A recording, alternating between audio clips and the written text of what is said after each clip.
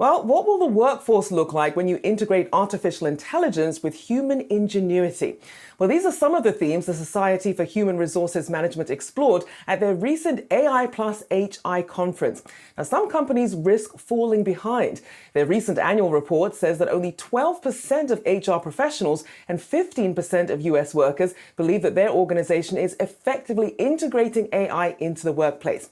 With that in mind, let's bring in Johnny Taylor, Society for Human Resources Management CEO, to discuss more. Thank you for joining me this morning. So I know when we tend to talk about AI and the workplace, sometimes for workers, there's a lot of pushback and a lot of concern about sort of where this is going.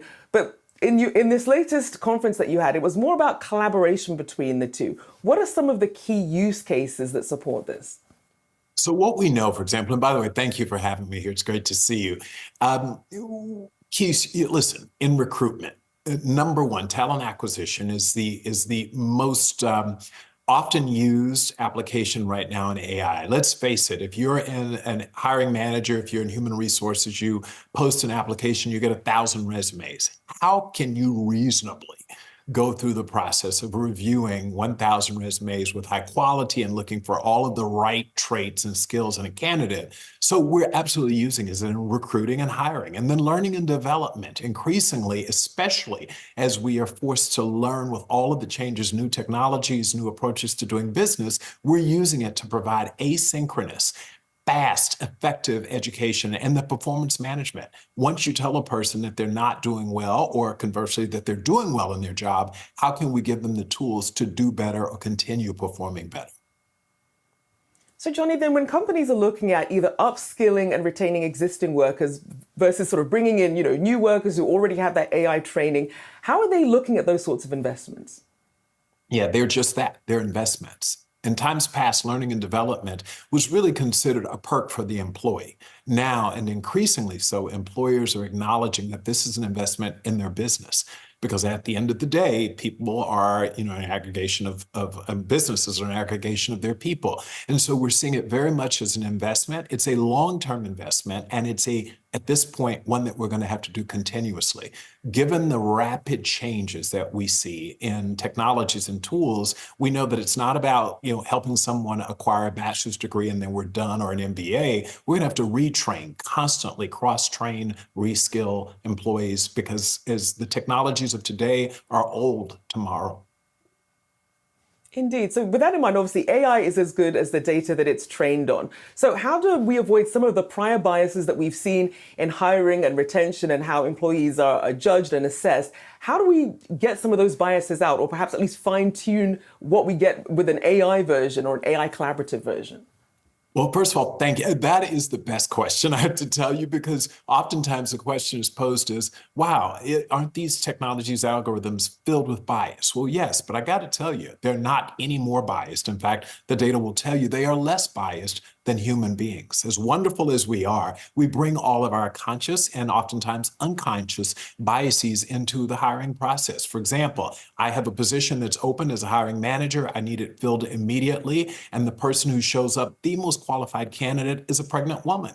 And I'm like, oh, no, I can't hire that person because she's not going to be able to, she's going to be out for a while. She may not be fully engaged when she returns, because we know what happens with working mothers. In other words, all of our biases come into play. Yes, there is admittedly some bias in the technology, but what we have, the advantage that we have in the technologies, the AI, is that we can check for those biases and correct for them. The algorithms can be modified, and let me be clear, they can be modified a lot more easily than modifying and impacting and influencing bias in a human being. Now, obviously, that sort of transparency, it can be a double-edged sword for some companies here. Are you seeing much optimism in terms of adopting some of these technologies and the pace that they're adopting them? Yes, so pace, slow, let's face it. I tell folks the big date was November 29th, 2022, when the world essentially was introduced to ChatGPT, the first of the generative AI tools that we know of. And what we know is it's not been that long. Like, in fact, it usually takes the workplace and the workforce years to adopt, even to embrace the idea of adopting a technology. And I think this has been pretty quickly. I mean, in 15, 18 months or so, people have actually begun to embrace it and embrace it quickly. So it's coming. It's not as fast as we'd like it, but there is a learning curve. We start with employees have to embrace this. Every headline that you see talks about how AI will replace HI, human intelligence, or take people's jobs. Naturally, then people will resist it and find problems with it. So that's been a big part of the adoption problem, is that the narrative is that AI is coming for your job. So that's the opportunity that we have on the worker side, and we're doing a much better job at that now. Employees are afraid because I saw the Goldman Sachs headline, 300 million jobs will disappear or be significantly degraded as on account of AI. Why do you think people would naturally embrace that? No, it's true. And I think a lot of the piece that ends up missing in that is some of these sort of repetitive tasks that AI, can do, while people can perhaps take on other things as long as they have the skills and get upskilled to do that. I do want to ask you some of the key trends. If you had to think of perhaps 4 key trends that are really going to dominate where we go with AI in the workplace and how corporations should be looking at it, what do you think is going to mark the future here? Number one is reskilling. We're going to have to, it's not enough to say to people, you need to embrace technology. We've got to show them how to do it. That's number one. Number two is the legislative environment.